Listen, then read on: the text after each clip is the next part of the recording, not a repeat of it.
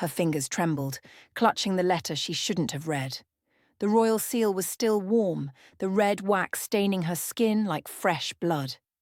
From the other side of the oak door, heavy footsteps echoed, and she knew exactly who was coming. The Alpha King.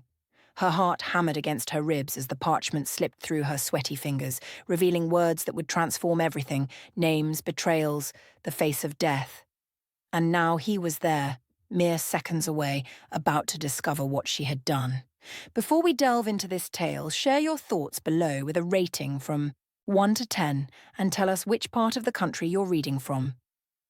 May this moment bring reflection and emotion to your heart. Ilara Vance woke before the sun rose, as always. The chill of dawn bit at her skin through the thin fabric of her worn dress, but she was used to it. Used to the cold, to the hunger that rumbled softly in her stomach, to the smell of mold in the tiny room where she slept, a space so small it barely fit her straw mattress. It was there, in that forgotten corner of Blackwood Keep, that she existed. Invisible. Disposable.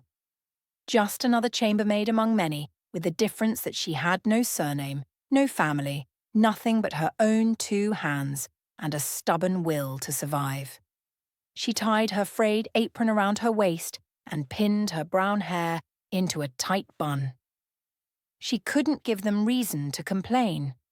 The ladies of the court already looked at her like she was the dirt under their boots. Any slip, no matter how small, became an excuse for humiliations that echoed through the stone corridors.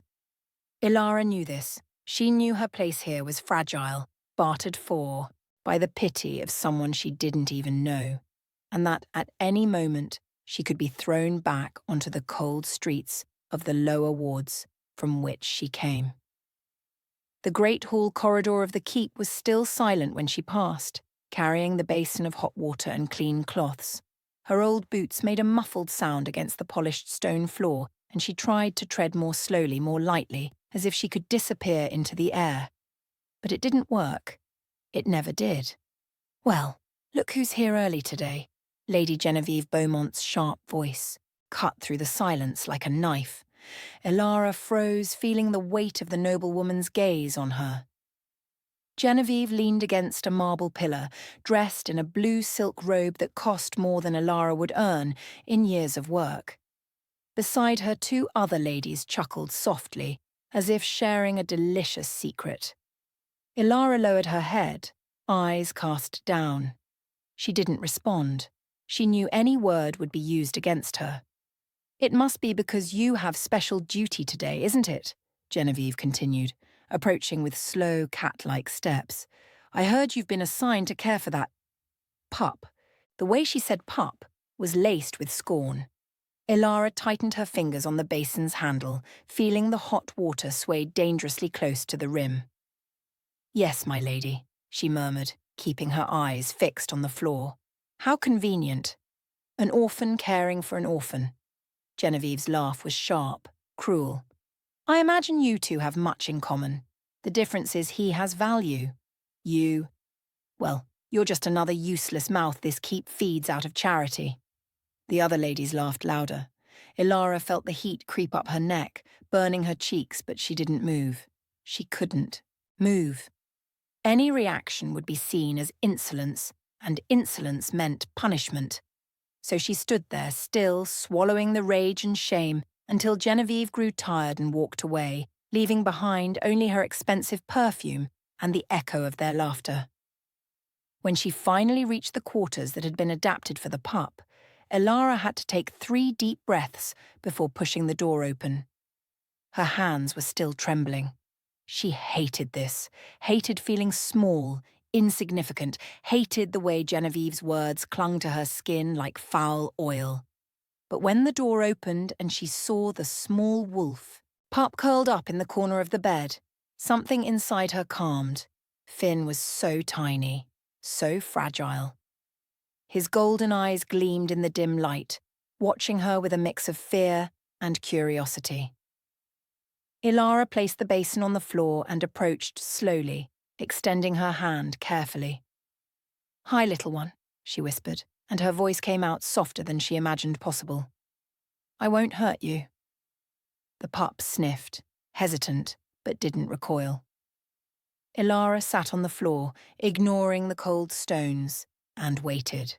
Finn took a step, then another, and then, with a sudden confidence that surprised her, he approached and nudged his warm muzzle into her palm. Something squeezed in Ilara's chest. It was the first time in a long time that someone had touched her without intent to harm. "We understand each other, don't we?" she murmured, gently stroking the pup's soft ears.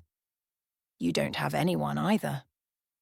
It was at that moment that the door opened again, and Ilara felt the air shift. She didn't need to look to know who it was. His presence was unmistakable, heavy, magnetic, impossible to ignore. King Theron Blackwood entered the room with firm steps, and Ilara jumped, to her feet, almost tripping over her own legs. Her heart pounded. She had never been so close to him, never been seen by him, and now here she was, alone with the pup he had rescued, feeling exposed in a way that made her dizzy.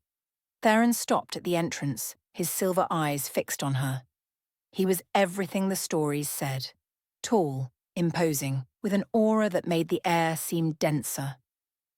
But there was something more, something dark and troubled in his expression, as if he carried an invisible weight that no one else could see. "Who are you?" His voice was deep, controlled, but carried enough authority to make Ilara feel her legs weaken. "Ilara Vance, Your Majesty," she replied, curtsying awkwardly. "I was assigned to care for the pup." His eyes moved to Finn, who had run to her and was now curled around her legs, as if she were the only safe thing in that immense keep. Theron observed this in silence, and Ilara didn't know if he was satisfied or irritated. "He trusts you," Theron said, finally, and there was something strange in his tone. Surprise, perhaps, or suspicion. I just try to make him comfortable, Your Majesty." Theron took a step forward and Ilara instinctively recoiled, but she had nowhere to go. He was too close now, so close she could feel the heat radiating from him, see the details of his face marked by concerns she didn't understand. "Do you know what happened to him?" Theron asked, and Ilara realized this wasn't just curiosity. It was a test. "I know that someone died protecting him," she replied, feeling her throat tighten, "and that Your Majesty brought him here." "Someone," Theron repeated, and the way he said that word was charged, with something heavy, painful. "A young woman, died alone, nameless, with no one to mourn her, and this pup is all that's left." Ilara didn't know what to say. She didn't know if she should say anything, so she remained quiet, holding Finn against her chest, feeling the pup's heart beat fast and frightened. "Take good care of him," Theron said, finally, and turned to leave. But before crossing the door, he stopped and looked back, his silver eyes fixed on hers in a way that made her forget to breathe. "And be careful.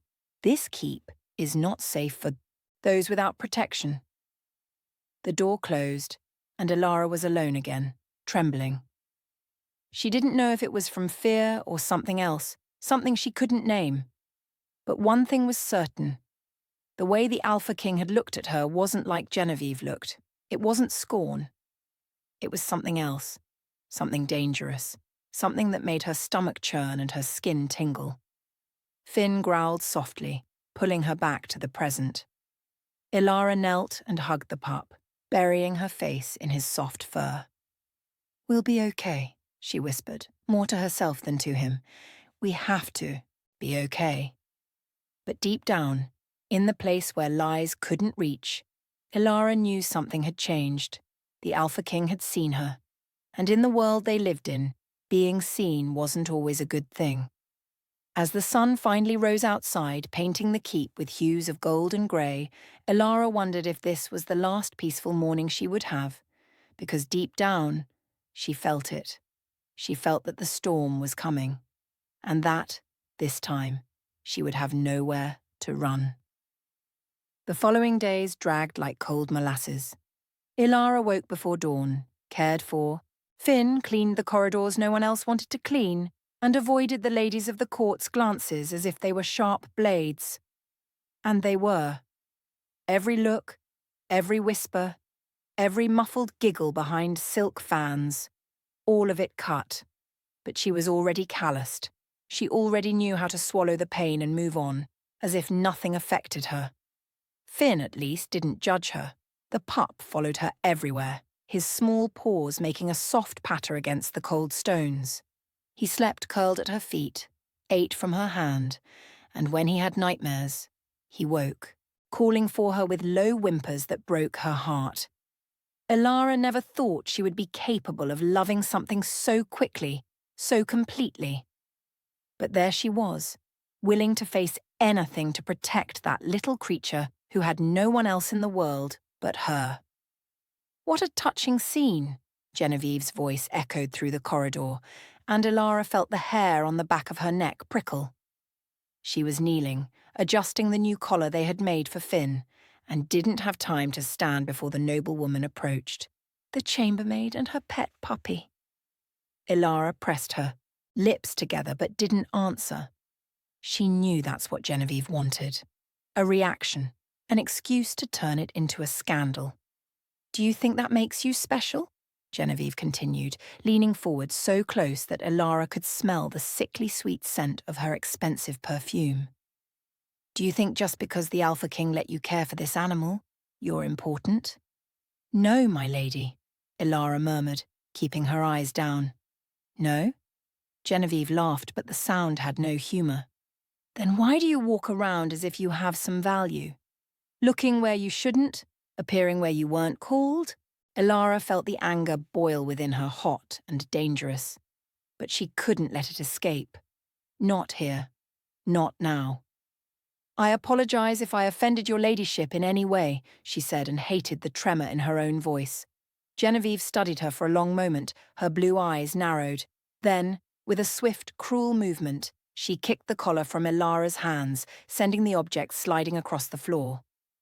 Finn growled softly, and Ilara held the pup tightly before he could do anything that might be costly. Watch your illusions, chambermaid, Genevieve whispered, leaning so close that her lips almost touched Ilara's ear. This keep swallows people like you, and no one misses them. She walked away, leaving Ilara alone in the empty corridor, trembling with rage and humiliation.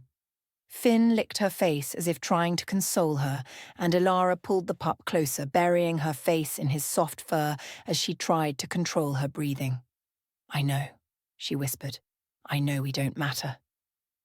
But that night, when she returned to Finn's quarters to change his water and check if he was comfortable, she found something that changed everything.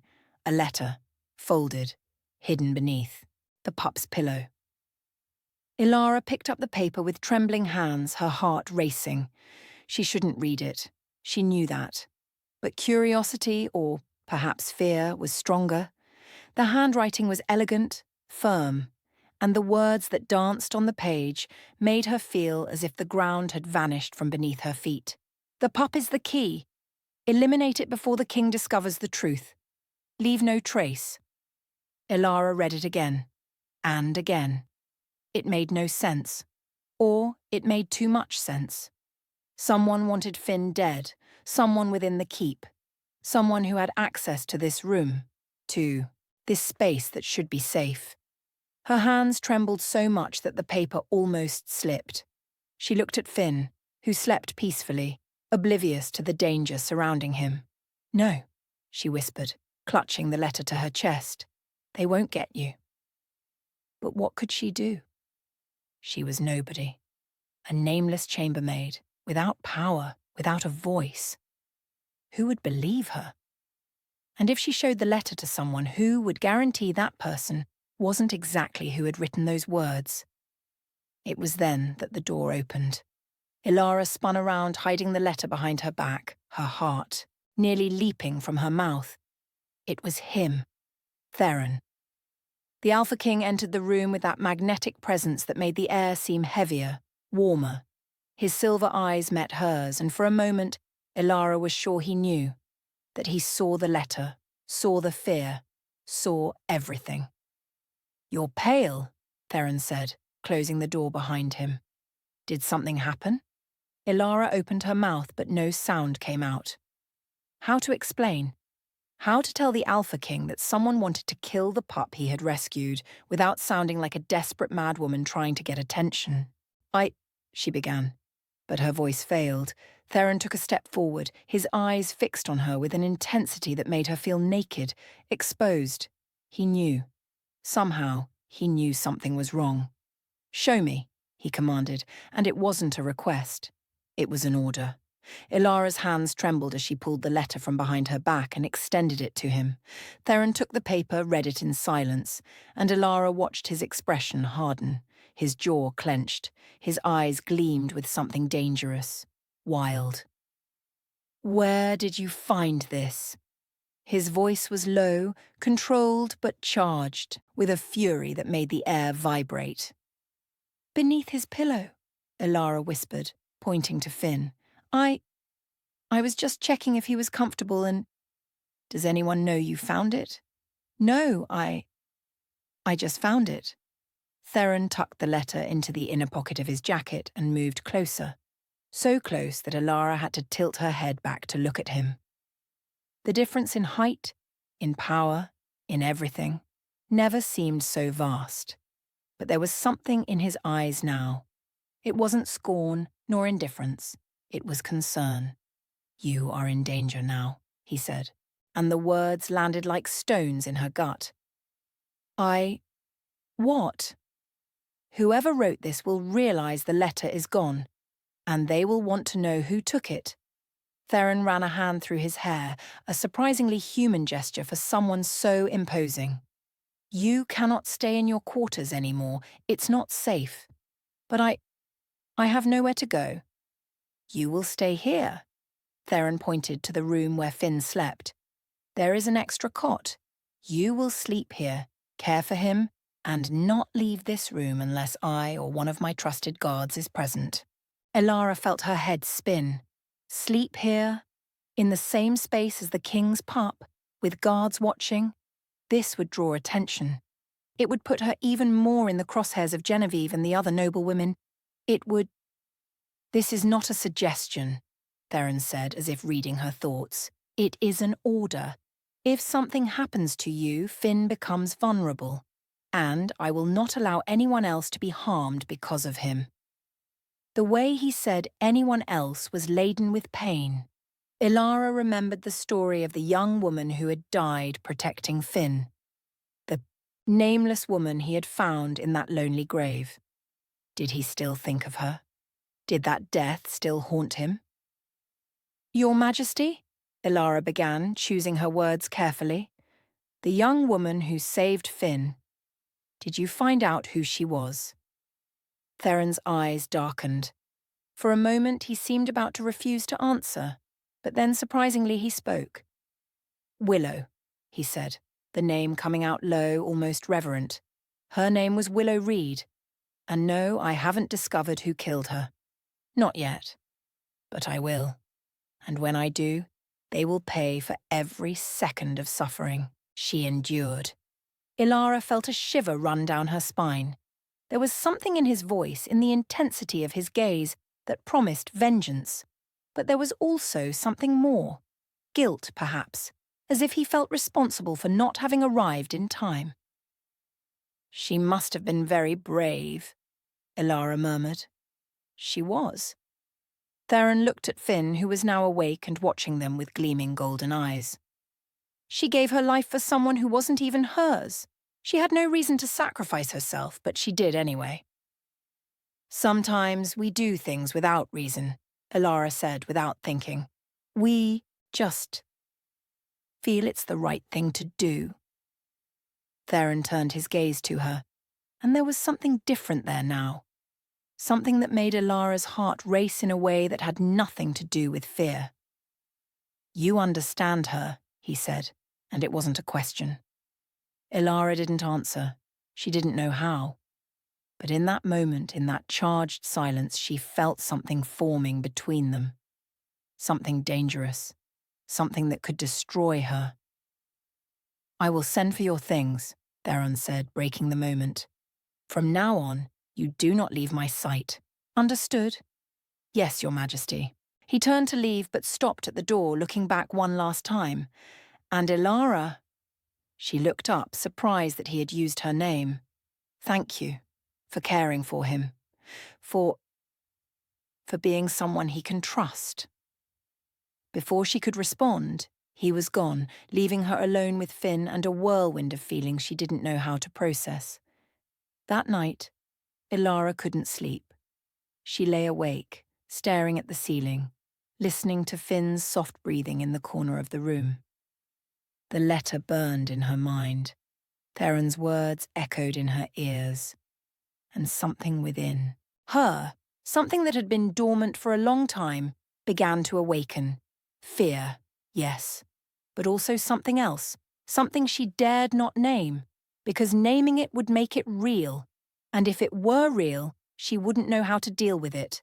So she stayed there, in the darkness, trying to convince herself that everything was fine, that she was just a chambermaid, that the Alpha King was merely protecting Finn, that all this would pass.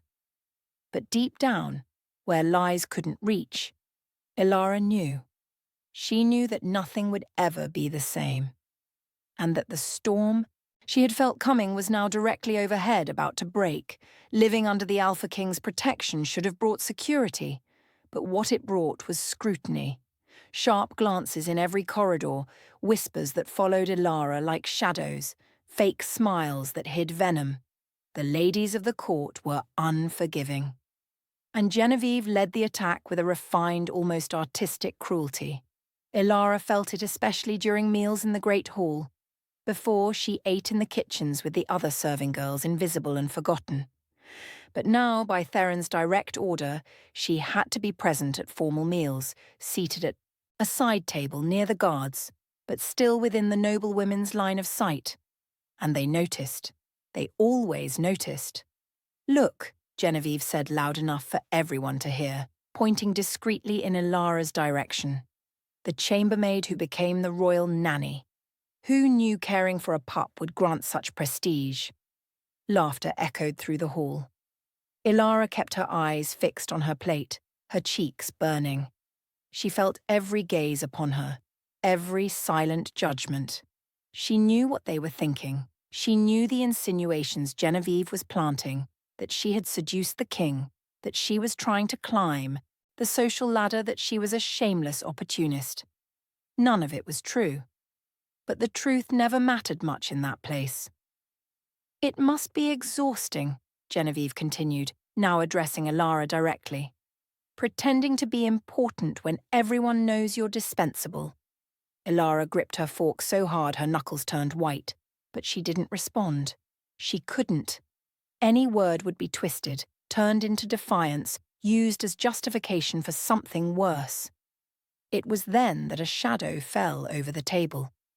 Ilara looked up and felt the air leave her lungs. Theron was there, standing beside her, his imposing presence silencing the entire hall. His silver eyes were not on Ilara. They were fixed on Genevieve. "Lady Genevieve," his voice was low but carried enough authority to make the noblewoman pale. "I am certain there are more important matters demanding your attention than comments about my staff." Genevieve opened her mouth, closed it, and forced a nervous smile. "Of course, Your Majesty, I merely—" "Excellent." Theron didn't wait for her to finish. He turned to Ilara and his tone shifted, becoming less harsh.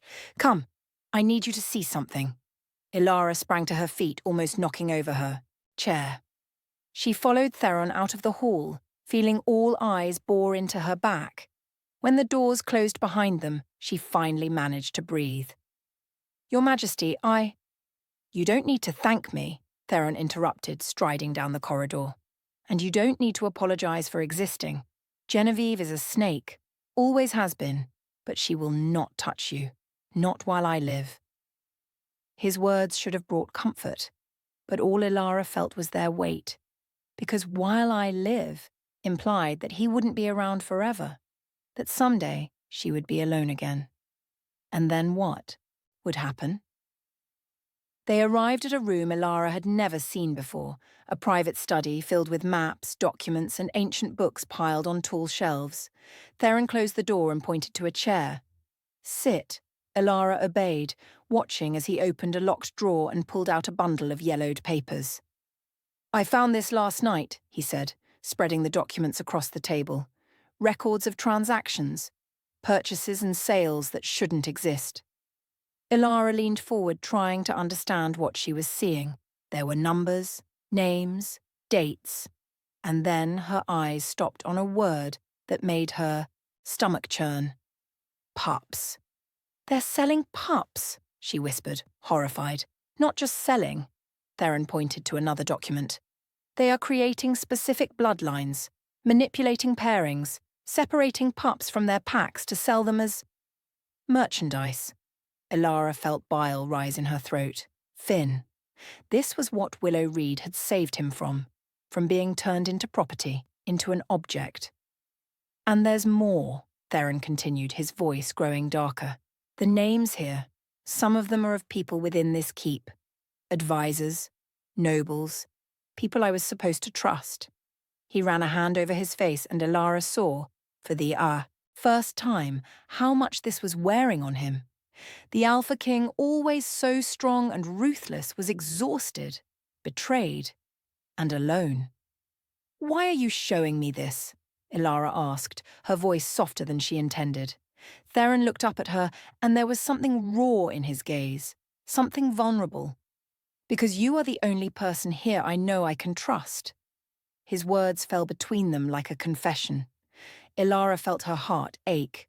She wasn't worthy of trust. She was just a chambermaid, someone without power or influence. But the way he was looking at her, as if she were more than that, made something strange happen inside her. Something dangerous. I won't let you down, she said, and realized she was speaking the truth. Theron held her gaze for longer than he should have. Long enough for the air between them to grow dense, charged. Then he blinked, breaking the moment, and returned his attention to the documents. I need you to stay alert. Observe. If you see or hear anything strange, tell me immediately. Trust no one but me and the guards I assign. And Finn? Finn is at the center of all this. Theron looked, at the door, as if expecting someone to burst in at any moment. Whoever is behind this needs him, and they will try to take him again. That's why you must always be with him. Always vigilant. Ilara nodded, feeling the weight of responsibility fall on her shoulders, but also feeling for the first time in her life that she mattered, that she had a purpose beyond merely surviving. That night, when she returned to the room with Finn, Ilara couldn't stop thinking about the documents, the names, the silent betrayals that poisoned the keep from within. And she thought of Theron, the way he had defended her in the hall, the way he trusted her despite her being a nobody. She was tidying the blankets when she heard the door open. She turned, expecting to see one of the guards, but it was Theron. He entered silently, closing the door behind him. He wasn't wearing his formal clothes now, just a simple shirt and trousers, his hair slightly disheveled. He looked human. I apologize, he said, and Ilara realized it was the first time she had heard him apologize. I know it's late, but I needed to check if everything was all right. It is, Ilara replied, though her heart was racing. Finn just fell asleep. Theron walked to where the pup rested, knelt, and gently stroked his ears. Finn stirred in his sleep but didn't wake. There was something unexpectedly tender in that gesture. The Alpha King, so feared and respected, being gentle with an orphaned pup. He trusts you completely, Theron murmured, still looking at Finn. As do I. Ilara didn't know what to say, so she remained quiet, watching. And it was in that silence that Theron finally spoke again, his voice low and laden with something she couldn't identify. You remind me of her, Willow. He looked up, meeting her eyes. Not physically, but in the way you protect Finn. In the way you are willing to face people far more powerful than you without a second thought. I'm not brave like her, Ilara whispered. No? Theron stood up, approaching. You face Genevieve every day. You found that letter and instead of running, you brought it to me. You stayed here, even knowing you're in danger. What do you call that if not courage? Ilara felt tears burn her eyes, but she didn't let them fall. She didn't want to cry in front of him. She didn't want to seem weak. I'm just doing what anyone would do. No. Theron was too close now, so close she could see the details of his silver eyes, the small scars that marked his face. Most people would have fled, or worse, would have betrayed me. But you didn't. And that means more than you can imagine. The air between them was electrified. Ilara knew she should step back, create distance, remember her place. But her feet were glued to the floor and all she could do was look at him.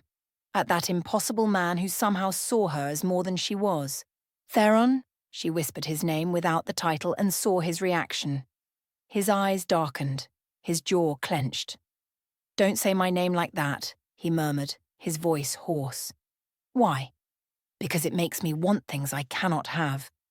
The words hung between them heavy and dangerous. Ilara knew she should pull away. She knew this could only end in tragedy. But something inside her, something stubborn and desperate, didn't want to retreat. What if I want those things too, she whispered, and barely recognized her own voice. For a moment she thought he would close the distance, that he would touch her, pull her closer, do what both of them seemed to want but dared not admit. But then Finn whimpered in his sleep, breaking the spell, and Theron recoiled as if he had received a shock. I need to go, he said, his voice strained. Sleep well, Ilara. He left before she could respond, leaving her alone with her racing heart and the feeling that something fundamental had changed between them, something that could not be undone. Ilara lay down, but sleep didn't come. She lay awake, staring at the ceiling, reliving every word, every glance, every second of that conversation. And she wondered, not for the first time, if she was about to make the most dangerous mistake of her life. Because she knew. She knew she was starting to feel something for the Alpha King, something that went far beyond gratitude or respect, something that could destroy her. And the scariest part? She wasn't sure she wanted to stop. The attack came 3 nights later, silent as a serpent. Ilara woke to Finn growling softly, his fur bristling, his eyes fixed on the door. Her heart pounded even before her brain processed the danger. She sprang out of bed, grabbing Finn in her arms, and then she heard it. Footsteps. Too light to be the guards, too calculated to be accidental. The doorknob turned slowly. Ilara backed away, pressing her back against the wall, holding Finn so tightly that the pup whimpered. The door opened.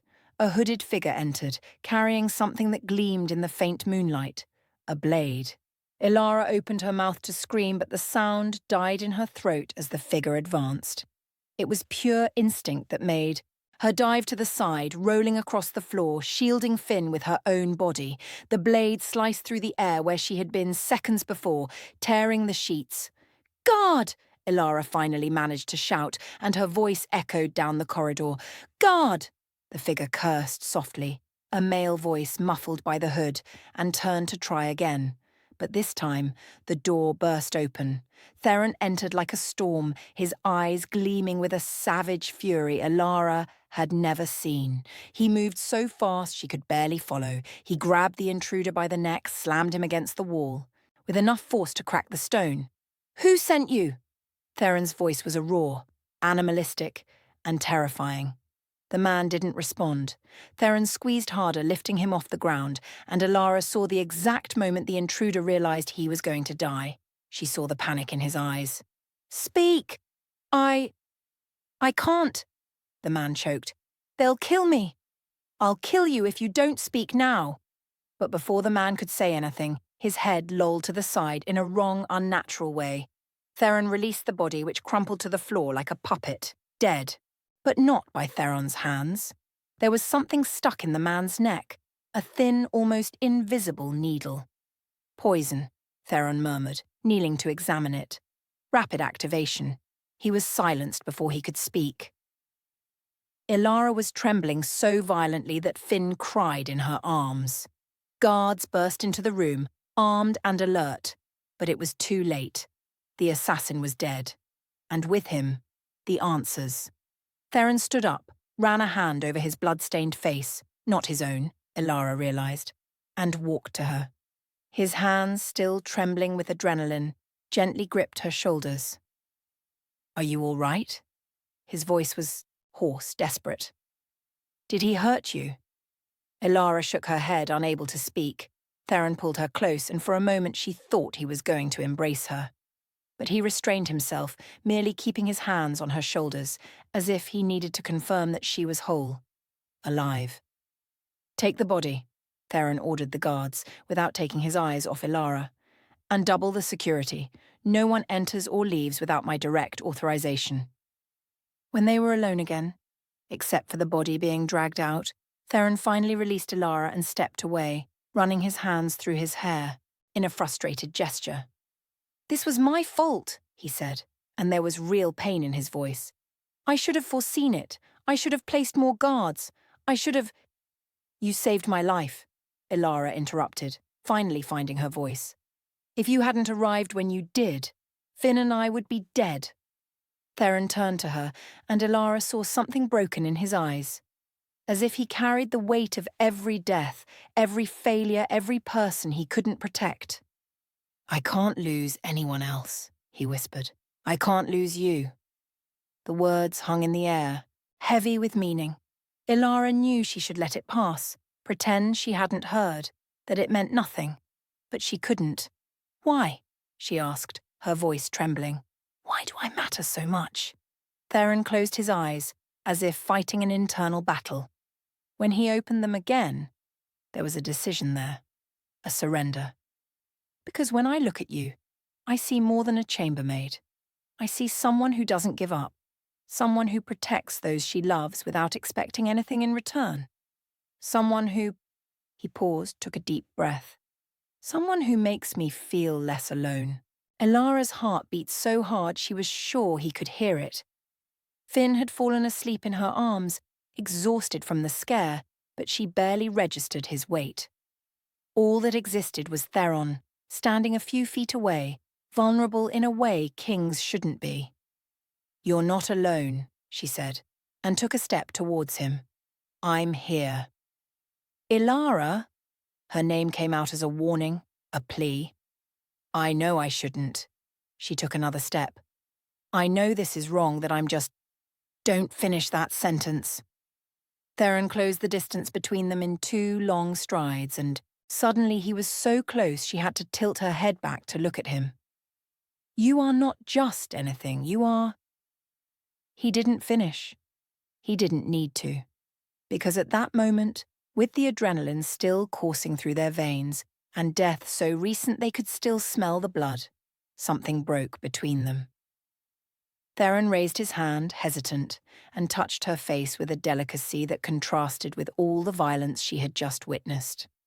"I shouldn't do this," he murmured, but he didn't pull away.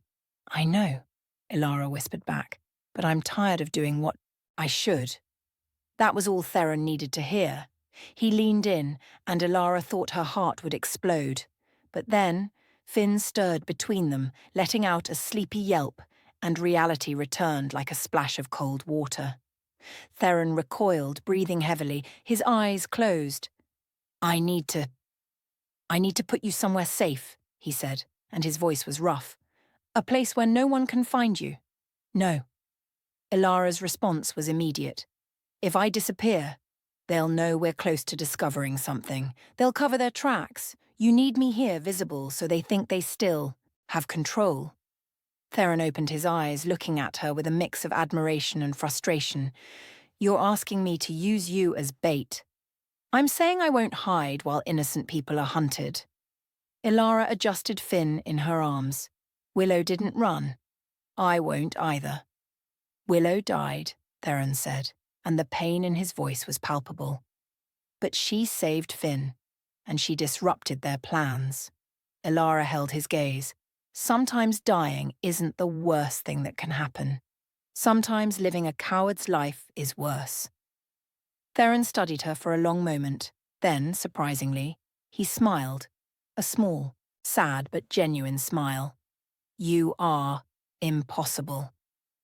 You're not the first to say that. In the days that followed, Blackwood Keep became a fortress. Guards in every corridor. Locked doors. Everyone watched, questioned, analysed. And at the centre of it all, Ilara continued her routine. Or at least pretended to. Because now every step she took was calculated.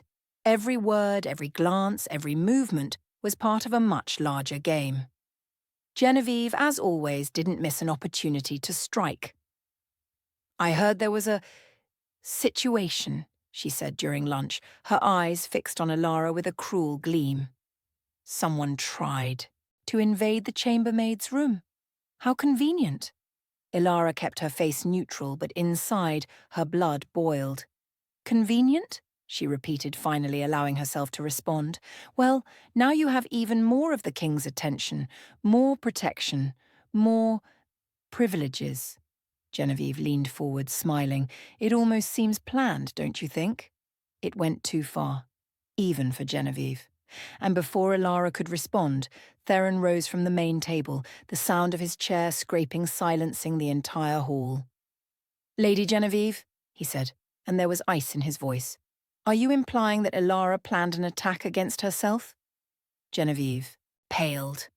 All the noble women around her imperceptibly drew back, as if not wanting to be associated with what was about to happen. No, Your Majesty, I merely... Because if you are, I would like to remind you that I have the body of a dead assassin that can confirm the attack was very, very real. Theron walked to the table where Ilara was, placing himself between her and Genevieve. And if you have any evidence to prove otherwise, present it now. Otherwise, I suggest you choose your words more carefully. The silence was so thick that Ilara could hear, her own heart beating. Genevieve opened and closed her mouth, clearly unsure how to recover. Finally, she bowed in a stiff curtsy. I apologize, Your Majesty. I spoke without thinking. Indeed, you did. Theron didn't move. And Lady Genevieve? If anything happens to Ilara, be it an accident, a coincidence, or anything else your creative mind can invent, you will be the first person I investigate. Are we understood? Yes, Your Majesty.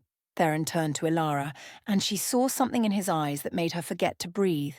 It wasn't just protection. It was possessiveness. Claim. And everyone in the hall saw it too. Come, he said, extending his hand. You don't need to stay here. Ilara took his hand, hearing the whispers erupt as soon as they left the hall. She knew what they were saying. She knew the conclusions they were drawing. But at that moment, with Theron's large, warm hand enveloping hers, she couldn't bring herself to care. When they arrived at the room where Finn awaited them, Theron didn't release her hand immediately. He stood there, holding her, looking at her with an intensity that made her entire body vibrate. Thank you, she whispered. For defending me. Always, he responded, and it sounded like a promise. I will always defend you, Ilara, even if it means going against everyone in this keep. What if it costs you the throne? Theron smiled, a wild and dangerous smile. Then let it cost. There are things more important than crowns. And at that moment, Ilara knew. She knew she was completely, irrevocably lost, because she had fallen in love with the Alpha King. And there was no turning back. The following weeks were a dangerous balance between forced normalcy and constant tension. Ilara cared for Finn, avoided Genevieve, when possible, and tried to ignore the stares that followed her everywhere. But the hardest part was ignoring Theron, because now, after that almost kiss, after all the unspoken promises, the air between them was electrified in a way that made it hard to breathe when they were in the same room. She knew it was wrong. She knew an orphaned chambermaid had no future with a king, She knew it could only end in pain. But when he looked at her that way, as if she were the only real person in a keep full of masks, Ilara forgot all, the logical reasons to pull away. It was on a rainy afternoon that everything began to crumble. Ilara was in the courtyard garden with Finn, letting the pup run and play while she watched. That's when she saw them. Two figures talking near the fountain, thinking they were hidden by the rain and mist. But Ilara recognized them. One was Lord Arthur Sterling, a trusted advisor to Theron. The other was Genevieve. Ilara's instinct screamed danger. She hid behind a pillar, pulling Finn close, and tried to listen. The rain muffled their voices, but she managed to catch fragments. "We cannot wait any longer," Arthur was saying, gesticulating nervously. "The king is obsessed with the chambermaid."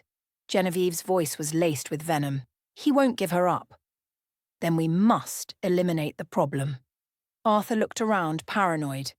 "Tonight, during the banquet, everyone will be distracted. And the pup? Both. The two of them. No witnesses this time." Ilara felt her blood run cold. They were planning to kill her. And Finn. Tonight, she needed to tell Theron. Now. But when she tried to move, she stepped on a branch. The sound snapped too loudly.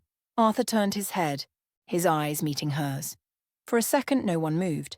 Then Arthur smiled, a cold, calculated smile. "Ilara?" he said, approaching slowly. "What a surprise to find you here." Ilara grabbed Finn and recoiled, but Genevieve blocked the other escape route. They surrounded her like predators. "Did you hear our conversation?" Arthur asked, and there was no need to pretend anymore. "What a shame. We really didn't want you to find out this way." "The king will know," Ilara said, trying to keep her voice steady. "He will know it was you." "Will he?" Genevieve laughed. "Or will he think you fled? That you couldn't handle the pressure and abandoned the pup? After all, you're just a frightened chambermaid. Who would believe you were brave enough to stay?" Ilara felt the rage explode within her. Years of humiliations, of being treated like dirt, of silently swallowing scorn. All of it surfaced at once. "You won't touch Finn," she said, and there was something new in her voice now, something fierce. "You'll have to kill me first." Arthur shrugged, pulling a dagger from his belt. "If you insist." It was at that moment that Finn growled, a low, menacing sound that didn't match his small size. And then something happened that no one expected. The pup began to expand, not physically but energetically. Ilara felt power emanating from him, wild and ancient. Finn's golden eyes gleamed, and both Arthur and Genevieve recoiled, startled. "What?" Arthur began, but didn't finish. Because it was at that moment that Theron appeared. He must have sensed the danger, must have followed his instinct, because he burst through the pillars like a storm, his eyes fixed on Arthur with murderous fury. "Step away from her," Theron said, and his voice was pure venom. "Now," Arthur hesitated. Then, in a desperate move, he grabbed Genevieve and pulled her close, using her as a shield while pressing the dagger against her throat. Genevieve screamed, surprised, realizing too late that she had been betrayed by her own accomplice. "One step and I cut," Arthur threatened, retreating towards the exit. "And then I kill the chambermaid and the pup. You choose, Theron. The noblewoman or the harlot you call your protected." Ilara saw Theron's jaw clench. She saw the conflict in his eyes. And at that moment she made a decision. "Let him go," she said, her voice cutting the silence. "Let him. Take Genevieve." "It's not worth it." Theron turned to her, shocked. "Ilara, trust me," she pleaded. "Please." Their eyes met and something passed between them. Understanding. Trust. Theron nodded, almost imperceptibly, and took a step back. Arthur smiled, thinking he had won, and began to move towards the door. That's when Ilara released Finn. The pup lunged not at Arthur but at Genevieve, biting her dress sleeve and tugging with enough force to unbalance her. Arthur, surprised, lost control for a second, just 1 second. But it was enough. Theron moved like lightning, disarming Arthur and slamming him to the ground.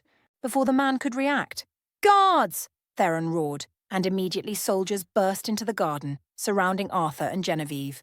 "Arrest them both. Treason, conspiracy to murder, and have all their associates investigated."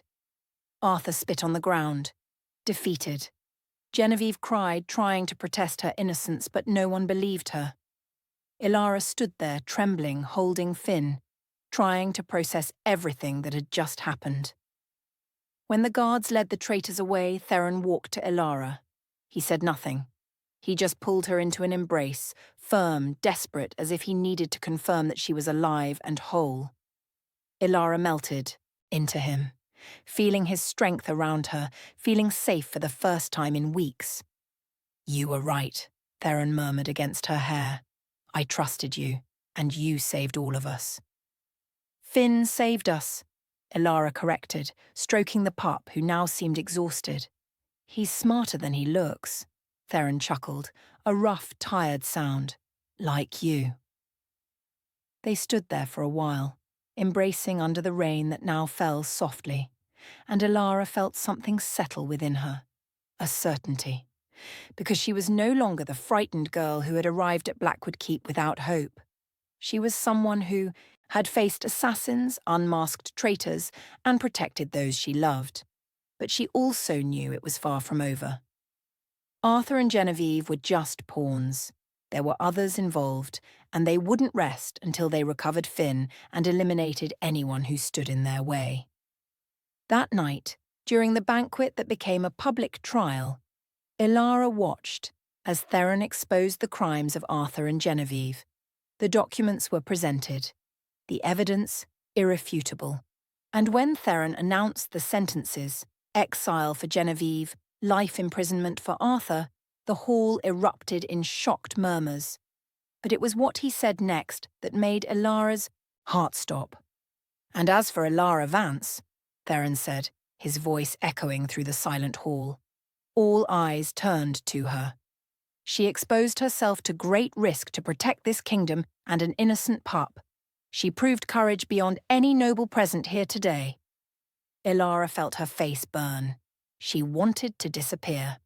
But Theron continued, "Therefore I am granting her the title of Lady of the Court, with all the protections and privileges that implies. She is no longer a chambermaid. She is my trusted advisor." The hall erupted. Some applauded, hesitant. Others looked with disdain. But no one dared to question. Not when the Alpha King had spoken. Ilara didn't know how to feel. Part of her was grateful. Another part knew this would only make her a bigger target. And yet another part, the deepest and most frightened part, knew what it truly meant. Theron was claiming her, publicly, not as a lover, not yet, but as someone under his direct protection, someone who touching her would mean defying the king himself. When everyone dispersed and Ilara finally managed to find Theron alone, she didn't know whether to thank him or scream at him. "Why did you do that?" she asked, finding him in the same study where he had shown her the documents weeks ago. "You know what this means. You know how they will interpret it." "I know," Theron replied, turning to face her, "but I no longer care. I am tired of pretending you mean nothing to me. I am tired of seeing you treated as if you are invisible when to me you are all I see." His words hit her like a punch. Ilara felt tears burn, but she didn't let them fall. "You can't say things like that," she whispered. "Why not?" "Because you are king, and I am nobody." Theron closed the distance between them in 3 long strides, cupping her face in his hands with a delicacy that contrasted with the urgency in his eyes. "You are anything but nobody." He rested his forehead against hers, taking a deep breath. "And I don't care if this is wrong. I don't care if they judge me, because the truth is I am in love with you, Ilara, and I can no longer pretend I'm not." The world stopped. Ilara's heart beat so hard she was sure it would explode. She should pull back. She should be sensible. But instead, she did the only thing that made sense in that moment. She kissed him. It was as if the whole world collapsed and rebuilt itself at the same time. Theron responded immediately, pulling her closer, deepening the kiss with a hunger that spoke of weeks of restraint. Ilara melted into him, forgetting titles, forgetting dangers, forgetting everything except his taste, his warmth, the feeling of finally being where she belonged. When they broke apart, both were breathless. Theron rested his forehead against hers again, a small, genuine smile curving his lips. "Say you feel the same," he pleaded, and there was vulnerability there. Fear of rejection. "I do," Ilara whispered. "I feel it so much it scares me." "Good." Theron kissed her again, softer this time, "because I'm not letting you go. Ever." And that night, as she returned to her room with Finn sleeping in her arms and Theron's taste still on her lips, Ilara knew she had crossed a line from which there was no return. But strangely, she wasn't afraid, because for the first time in her life she had something worth fighting for. The news spread through Blackwood Keep like wildfire. The orphaned chambermaid had become a lady of the court. The Alpha King had publicly defended her, and though no one dared say it aloud, everyone knew what it truly meant. Ilara was not just Theron's protected, she was his chosen one. Reactions ranged from silent shock to barely disguised rage. The ladies of the court looked at her with a mix of envy and scorn. The nobles whispered about scandals and breaking protocol. But no one, absolutely no one, confronted her directly, because doing so would mean facing Theron. And after what had happened to Arthur and Genevieve, no one wanted to be the next example. Ilara tried to adjust to the new reality. She now had better clothes, her own chamber in the noble quarters, and even serving girls to attend to her, an irony that did not go unnoticed. But even with all the new privileges, she still felt like an imposter, as if at any moment someone would rip off her mask and reveal the poor, frightened girl she had always been. Finn at least didn't care for titles. The pup continued to follow her everywhere, slept in her bed, and treated her exactly as before, and that was what kept her anchored, because deep down, she hadn't changed. She was still the same Ilara, just with more expensive clothes and heavier responsibilities. It was during a formal dinner, 3 days after the trial, that the true storm began. Ilara was now seated at the main table, an honor that made her want to disappear every time she felt the stares boring into her. Theron was beside her, too close to be appropriate, but far enough to maintain appearances. And then a messenger rushed in, whispered something in Theron's ear, and Ilara saw all the color drain from his face. "What is it?" she asked softly, touching his arm. Theron stood, his expression grim. "I need to go. Now." He looked at her, and there was urgency in his silver eyes. "Stay here, with the guards. Do not leave the hall until I return." "Theron." But he was already leaving, accompanied by 2 guard captains. Ilara stood there, her stomach twisting with anxiety. Something was very wrong. She felt it in her bones. The minutes stretched into hours. Ilara tried to eat, tried to appear calm, but her hands trembled. Finn, who was curled at her feet, began to growl softly. She looked down and saw the pup focused on the side door, the same one Theron had exited through. It was then that it happened. A crash. Screams. And suddenly the hall erupted in chaos. Guards ran towards the noise, nobles screamed, looking for hiding places, and Ilara jumped to her feet, grabbing Finn. "What's happening?" she asked one of the guards who remained. "Attack," the man responded, tense. "Invaders at the gates. Many of them." Ilara's blood ran cold. It wasn't a coincidence. It wasn't random. This was planned. While Theron was distracted by whatever the messenger had said, someone had attacked the keep, and she was absolutely certain who the real target was. "We need to get out of here," she told the guard. "Now." But before she could move, the side doors burst open. Masked men entered, armed with swords and a determination that made the air vibrate with danger. And at the front of them, slowly removing his hood, was someone Elara recognized. Lord Reginald Thorne, another of Theron's advisors. A man she had seen countless times, always smiling, always courteous, always feigning loyalty. "Elara Vance," he said, and her name sounded like a curse on his lips. "What a surprise to find you here. I thought you had fled with your king." "You?" Elara whispered, feeling the betrayal burn. "You've been a part of this since the beginning." Reginald laughed, a cold, humourless sound. "Since before the beginning, my dear. Who do you think ordered Willow Reed's death? Who do you think planned every move, every attack, every little betrayal?" He took a step forward, his eyes fixed on Finn. "And now I will finish what I started. I will take the pup, eliminate you, and when Theron returns he will find only ashes." The guards positioned themselves between Elara and the invaders, but they were severely outnumbered. Elara held Finn tighter against her chest, her brain working rapidly. She needed to buy time. She needed to keep Finn safe until Theron returned. She needed to...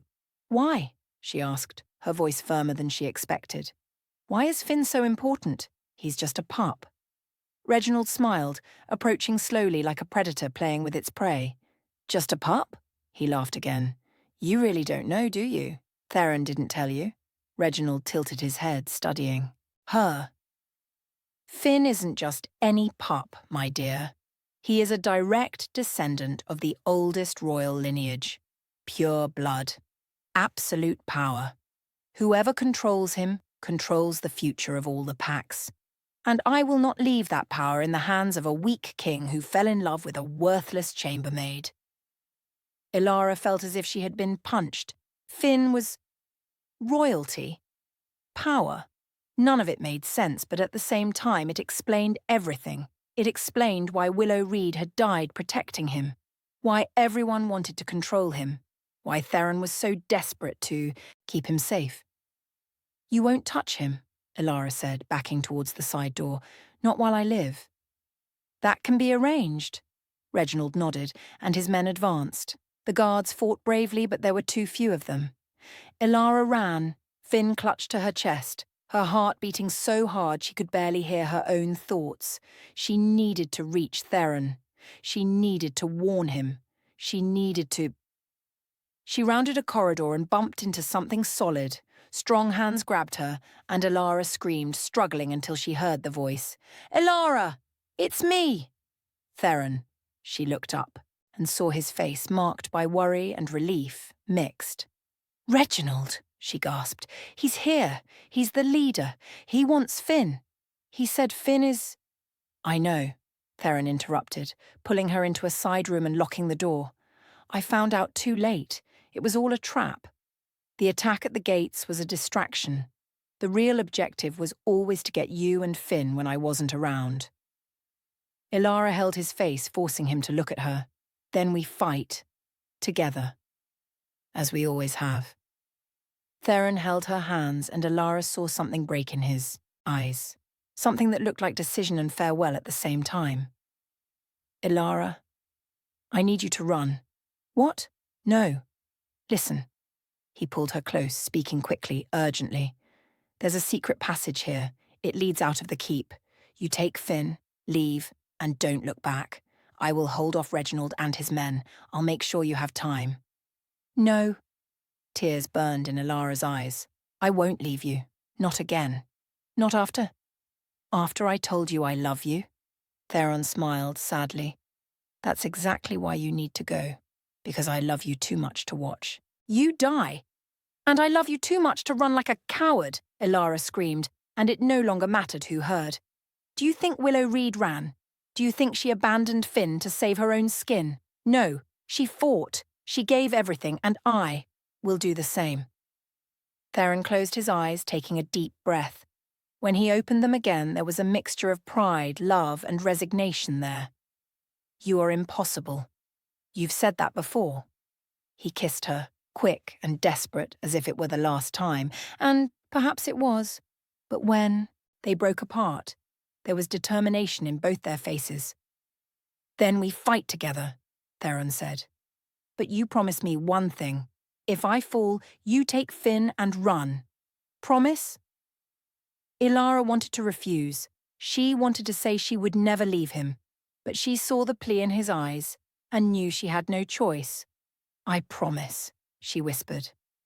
They emerged from the room together, and it was like entering a war zone. The keep was ablaze in some places. Guards fought against invaders, screams echoed through the corridors. And there, in the great hall, Reginald waited, surrounded by his men, a cruel smile on his lips.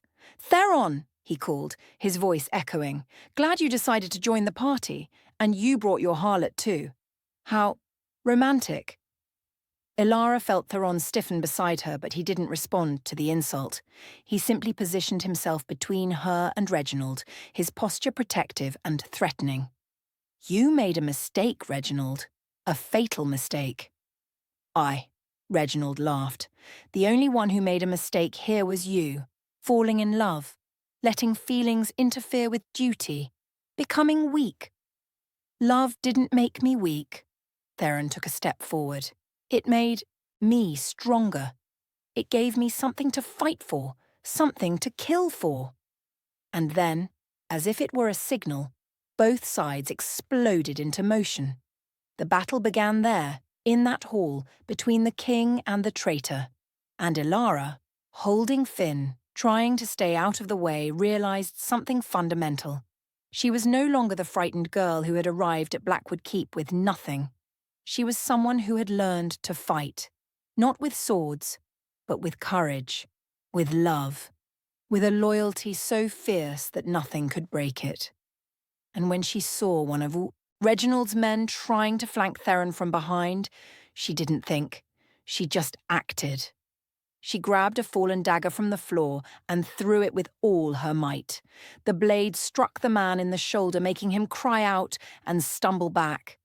Theron turned his head for a second, his eyes meeting hers through the chaos, and smiled. A proud, fierce smile that said everything words could not. The fight continued, long, brutal. And when the sun finally began to rise through the keep's windows, illuminating the fallen bodies and the exhausted survivors, it was Theron who stood. Reginald was on the ground, defeated, captured, finished. But victory came at a price. Theron was wounded, bleeding, barely able to stand. Ilara rushed to him, supporting him, feeling her own tears stream down her face. "You stayed," Theron murmured, touching her face with his bloodied hand. "You didn't run." "I'll never run," Ilara responded. "Not from you. Never from you." And there, in the midst of the chaos, the wreckage, the ashes of what was almost destroyed, they remained together. Because some stories don't end with easy, happy endings. They end with choices, with sacrifices, with love that persists, even when everything is in ruins. And theirs was just beginning. 3 days after the battle, Blackwood Keep was transformed. The physical wounds were healing, the debris cleared, the dead buried. But the invisible wounds, those that cut deeper, still bled. And Theron knew it was time to face them. It was time to make everything clear, once and for all. He summoned all the nobles, advisors, and pack alphas to the Great Hall. A mandatory meeting, no exceptions. And though many arrived with curiosity, some arrived with fear. Because everyone knew something monumental was about to happen. Ilara was in her chambers when the guards came for her. Her heart raced. She didn't know what Theron was planning, but from the way the guards looked at her, with respect, with something that seemed like admiration, she knew it would be important. When the great hall doors opened and Ilara entered, all eyes turned to her. The silence was so thick she could hear her own heart beating. Theron was on the throne, dressed in formal royal attire, the heavy crown on his head. But when his eyes met hers, everything else disappeared. There was only the two of them, connected by something invisible. Yet, unbreakable. "Approach," Theron said, and his voice echoed through the hall. Ilara walked with firm steps, holding her head high despite the anxiety that threatened to suffocate her. Finn followed her as always, his paws making a soft sound against the marble floor. When she reached the foot of the throne, Theron stood and descended the steps until he was level with her. "3 days ago," he began, his voice clear and powerful, "this keep was attacked by traitors who sought to destroy everything we have built. Traitors who wanted to steal, control, and corrupt what should be protected." He looked at Reginald, who stood chained and escorted by guards nearby. "And these traitors almost succeeded, not by being stronger, but by operating in the shadows, using our trust against ourselves." Murmurs rippled through the hall. Ilara remained quiet, watching, feeling the weight of all eyes upon her. "But there was someone," Theron continued, turning to Ilara, "who did not operate in the shadows. Someone who, despite having no title, power, or influence, faced the traitors head-on. Someone who risked everything to protect not just an orphaned pup, but the values this kingdom should represent." He extended his hand, and Ilara took it, feeling his fingers intertwine with hers. "Ilara Vance," Theron said, and the way he spoke her name was laden with meaning. "You arrived here with nothing. Without family, without a name, without hope. But in a few months, you proved to be more noble than anyone born with titles. You taught me that courage does not come from lineage, and that loyalty cannot be bought with gold or status." Tears burned in Ilara's eyes, but she didn't let them fall. Not yet. "And more importantly," Theron continued, and now his voice was lower, more intimate though. Everyone could still hear, "You taught me that love does not follow rules, that we do not choose who will touch our heart, and that trying to fight it is to waste the greatest gift life can give us." Gasps echoed through the hall. Everyone knew where this was going, but no one dared to interrupt. "Therefore, today, before all of you," Theron turned to face the court, but did not release Ilara's hand, "I officially declare, Ilara Vance is my chosen one, my companion, and when the time is right, she will be my queen." The hall erupted. Some nobles stood, protesting. Others stood in shocked silence. And still others, a minority but present, began to applaud slowly, because everyone had seen. Everyone knew of Ilara's sacrifice, her courage, the unwavering loyalty she had demonstrated. One of the elder advisors rose, his expression severe. "Your Majesty, with all due respect, this goes against all traditions. A queen must come from noble lineage, must bring alliances, must what?" Theron interrupted, and there was steel in his voice. "Betray like Reginald? Conspire like Arthur? Humiliate like Genevieve?" He looked around, challenging anyone to contradict him. "I have seen nobles betray for greed. I have seen titles used as weapons of oppression. And I have seen a chambermaid with nothing become more royal than anyone here present. But the laws," another noble tried, "the laws serve the people, not the other way around." Theron descended another step, standing at the same level as the nobles. "And if the laws say that love, courage, and loyalty are worth less than blood and gold, then the laws need to change." It was then that something unexpected happened. Finn, who had been sitting quietly beside Ilara, walked to the centre of the hall. The pup stopped, looked around, and then began to emit a sound. It wasn't a bark or a growl, it was something deeper, more ancient, a call. And to everyone's shock, Finn's small body began to glow with a golden light. His form expanded, not physically but energetically, filling the hall with a power that made the air vibrate. It was the power of the royal lineage, the power Reginald had coveted so much. And it was choosing. It was recognizing. Finn walked back to Ilara and lay down at her feet, the glow diminishing but not completely disappearing. The message was clear. The high pup of the oldest lineage had chosen Ilara, and if ancient traditions meant anything, this was a divine approval. The hall fell into absolute silence. Even the most vehement protests died in the nobles' throats. Because arguing with human tradition was one thing. Arguing with a manifestation of ancestral power was another entirely different. "Does anyone else have objections?" Theron asked, and his voice was low but charged with defiance. No one spoke. The elder advisor who had protested slowly sat down, his expression changing from disapproval to something that looked like resignation, or perhaps reluctant respect. Theron turned to Ilara, and now there was only the two of them again. The rest of the world might be watching, but at that moment it didn't matter.